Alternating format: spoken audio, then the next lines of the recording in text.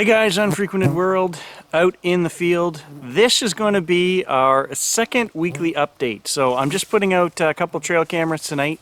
The first thing I want to talk about is I just did a review on the Apeman H55 trail camera. And I only had the camera out in the field for 2 weeks, and I noticed that the batteries on the unit were reading almost completely dead. And I thought that was my fault, that I had maybe 1 or 2 batteries in there that weren't fully charged. One of the guys who watched the review said it's a great camera, but the batteries don't last, and we talked about that. So I recharged it and put it out in the field for another 2 weeks. They were fully charged, and the same thing happened again. So maybe we're gonna have to touch on that in the future with that camera. Some of those cheaper cameras they use more energy. I don't know why that is, cheaper components. So some ideas I'm getting from you guys on the channel, a really good one actually is, I have a second GoPro, and somebody said, why don't you throw a camera on the back of your vehicle? When you're traversing these roads, you could GoPro the front and the back, and that's true. I am not watching the rearview mirror all the time. Something could be running across the road after we've gone by, so we're gonna start doing that as well. We're gonna have GoPro in the front and back. I'm gonna grab the trail camera, head back here another half mile or so, look for anything interesting tonight, get the trail camera up, and we'll talk some more. This area here is not too far behind my house, maybe half mile, but this trail right here, animals use all the time to cross over into the backside of another swamp. So they come out into this clearing, and I think this is a great spot to put up a trail camera, so that's what we're gonna do tonight. So here overlooking the clearing, I've just set up a camera. I didn't put it in a hollowed out log or anything, it's just fairly well hidden here, just off to the side. The animals are coming through here and down through here, so. Another viewer pointed out a really interesting fact that got me thinking. As a biologist, the wheels started turning. He mentioned to me, he said, what if Bigfoot is not a migratory animal, but the behavior is seasonal based, not migratory based? What if these guys are mating at those times of the year when we hear these yells and screams? Maybe that has something to do, like moose calling each other, you know, something like that. Absolutely, guys. Calculate from October to July would be a human gestation period. These things, we don't know what the gestation period is, could very well be mating in the late fall to have young in the summer, if their gestation period is anything remotely like a human. And we kind of have to assume that it could be. So there could absolutely be some truth to that. I had never thought of that before, so thanks for all the sharing. This is what I'm talking about. It's great to have all these minds throwing ideas out there, because that's something I had never thought of. Maybe it's not a migratory thing, but a mating thing. So the range extenders that I bought for the drone, absolutely guys, would recommend something like that. I spent a week up at my buddy's camp. We went out farther than ever before with the drone. I went lower down behind trees. I didn't lose contact at all there. And we also used it on the previous video, and I thought it was working much better. So I'm gonna say thumbs up for the drone range extenders, the little parabolic dishes that we bought. Those were awesome. So I had a party at my house yesterday, 50 people, a lot of these old hunting, trapping guys that I hunt with. Some of them were there, and I was asking them, do you guys have any stories? None of them had any Bigfoot stories. However, it was mentioned to me, and I had completely forgot about this. When I was a kid, someone who lived on the same road that we're doing a lot of this research on, where my dad lives out in Redbridge, they were hearing strange noises in the bush behind their house, and they actually recorded whatever this was, okay? And they had some university come and listen to these tapes, and I said, well, what? They never did determine what it was, but so my aunt said, well, it was an Indian burial ground. I said, well, what do you mean? The screaming sound was an Indian burial ground? She started laughing. She said, essentially, that's what it came down to. They said the area was on an Indian burial ground, and they couldn't explain the sounds. So I'm gonna try my darndest to get a hold of this person. She wasn't a friend of mine. She's a few years older than me, but she lived on the same road. If I can track her down, if she's anywhere around, I'm gonna see if we can get those recordings. I don't know what it was screaming. Somebody said it was just screaming in the bush, and I do vaguely remember something about that. I was probably only 5 or 6 or 7. In all these years, with my own experience, the screaming that I heard, I had never thought of that, had never clued into that. And somebody else said, well, hey, this person had the same experience behind their house, and they recorded it. I'm going to see if we can get those recordings. No promises, because I don't know where this person lives. It could be in another country, but we're going to try. The point of where I'm going with that is we are in the right spot. So not, 35 kilometers from where we're driving around in the four-wheeler checking these things. I had my experience, and then this other person had one even closer to home, within 3 miles of my dad's place. So we are in the right area for these strange things that are happening. I was also invited up to another camp on Redwater to go this week, actually, and fish, look around, do whatever, and do my videos and whatever. It's good friends of mine who watch all my videos, and they said, hey, we're in your zone, we have the camp, come on up. I can't do it this week. It's now on the list of another place we're going to hit for sure. So people are contacting me, giving me good ideas. I saw another person from Temiskaming said, hey, he knows he thinks there's a spot where there's some stuff going on. I'm trying to get a hold of him to see, can we set up something? Can we go out in the field together? So I'm working on that as well. I think this comes down to finding new active sites right now. We're going off reports that I'm reading online that are, 10, 15, 20 years old. That's a great place to start because we know there's been things there in the past, which means there's probably things there right now. But if we could get some new sighting reports and incidents and footprints or whatever from, the last year, that would be even better. I also keep getting requests for guys saying, put your trail cameras up really high in the trees.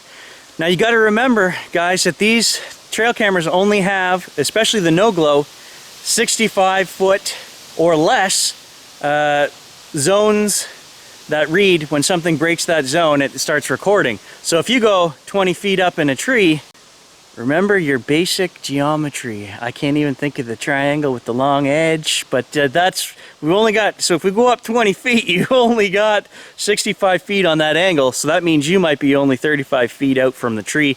Not very far, especially if you're trying to overlook a field or something like that. So that's why I don't put them up too high. But we could put some on a trail. I understand what you guys are saying. Put them straight on a trail looking down. We could do that. I don't know what we would get, and it would be hard to set them up that way, but you know what? That's a challenge. Challenge accepted. We will try something different this week. So this week I watched, and I love Thinkerthunker, don't get me wrong. I watched his latest video where he did his own recording. Him and his wife went hiking up in the mountains, and they found this tree that had scratch marks on it. I don't know the name of the video, but it's on Thinkerthunker's channel. Check it out. And the whole time I'm watching, I'm screaming at the TV going, it's a porcupine! And he's going on about bears, and no, guys, I'm 95% sure what he shows in that video is porcupine damage. And if I find it here, we do have them here. They're crossing through my yard all the time. They actually were mating in the neighbor's backyard, and they make a cry which I had never heard before. We recorded that last year. I can't find the recording. Sounded like a bear cub, and we were having a big fire in the backyard, so we went over with the camcorder to investigate. Don't ask me why, because I was pretty sure it was a bear, and it was a porcupine up in a tree calling. It was mating season for the porcupine. So, and what he's showing on that video, Thinkerthunker, is exactly what I can show you guys in the swamp if we find the right trees back here. Claw marks from where they're climbing up, and they eat the bark right off the trees, and they cause, take big pieces off. Pretty sure that's what it was. Oh. And this is pretty cool. This isn't Bigfoot related, but at my party yesterday, my friend says, can I bring an extra kid? We said sure, and everyone's welcome to the party. So he brings this kid. I don't know who the kid was. He was maybe 8 or 9. And he was off running around with a dozen other kids at the party. And I guess there was some hubbub going on the side there. We weren't paying attention. And I found out this morning the kid burst into tears crying. Whew, that was spooky, because I'm going to tell you a spooky story. All the trees just clacked above my head there. The kid burst into tears crying, and he was pointing over just beside my house into the bush saying, there's a guy hanging in the trees. And so the other kids were like, what are you talking about? No, that's not real. You're being silly. And he just burst into tears. No, it's real. And he caused this huge scene.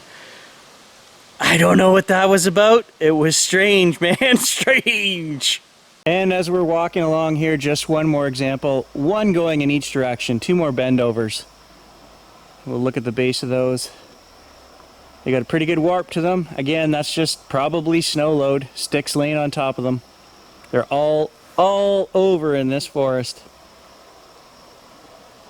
I do see these videos online that do have some impelling stuff there, but we don't know what made that, what did that. It could be Boy Scouts on some of these trails making little camping structures and things. So I mean, I'm looking for that in the remote places, which leads me to the next thing. I've had 2 or 3 comments that say, you're not going far enough off the trails. Now I have to get there by using the trails.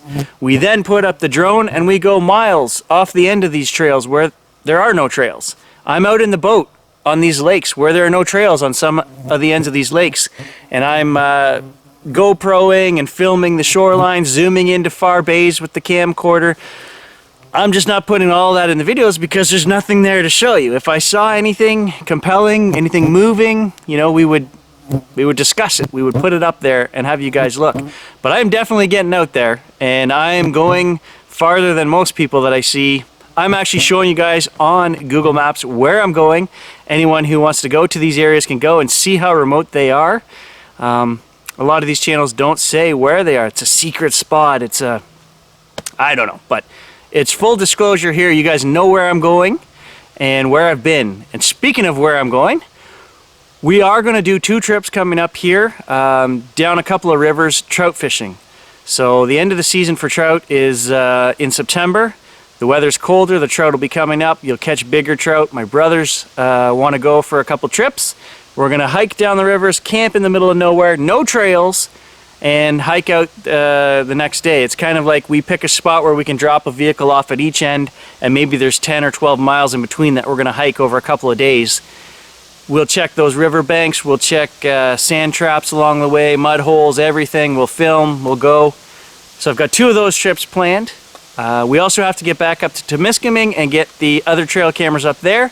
I want to make sure they've been out for a month before we get them, but that's coming up as well. And that's the foreseeable plan where we're going.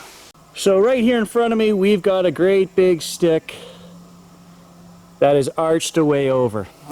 So it's a very small tree, probably got a 4.5 inch diameter on the bottom. But we can see what happened. There's a big break right here. That stick broke off, leaned against that one. That's what happened. And I'm gonna show you 15 feet away. I won't even stop the camera. I'll show you guys so you know I'm not lying. Right here.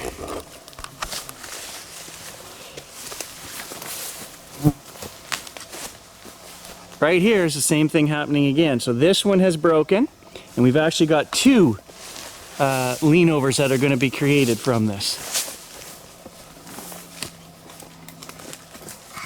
So this stick right here is going to be, once the snow hits that, it's going to force it down again. That's going to bend right over. Then we've got this one right in front of us. Again, that's going to be forced right over. And you can see up there that they're all tangled together. So once the snow load gets on here, it's going to push those down. And this one, it's been like this for a while, because this one, look at, it's already starting to grow in that direction. So this is a very common thing to have these big bendovers like that. I want to remind everyone as well that the channel has playlists on it, guys. There's metal detecting, the electric car, the trail cam adventure series, the Bigfoot series, and then I do a bunch of photography stuff and reviews. So they're all broken into actual playlists. I keep getting comments saying you need to tell your story, but guys are jumping in on episode 15, 16 here. Go back and watch the playlists. For that one guy who said all my videos were just blah, blah, blah, and me showing nothing. You don't have to watch those, they're not for you. Okay, that kind of caught my attention. Oh, there he goes. Don't know if you guys could see that, there was an owl. Did that freak me out? Because I'm standing close to that area where the kid was pointing in the bush saying, there's a guy hanging in the trees. And I'm like, I'm just gonna record this and see what's here. And then out of the corner of my eye, I seen this something moving really fast. I hope we got a shot of it there on the camera. I don't know, but kind of did scare me for a second.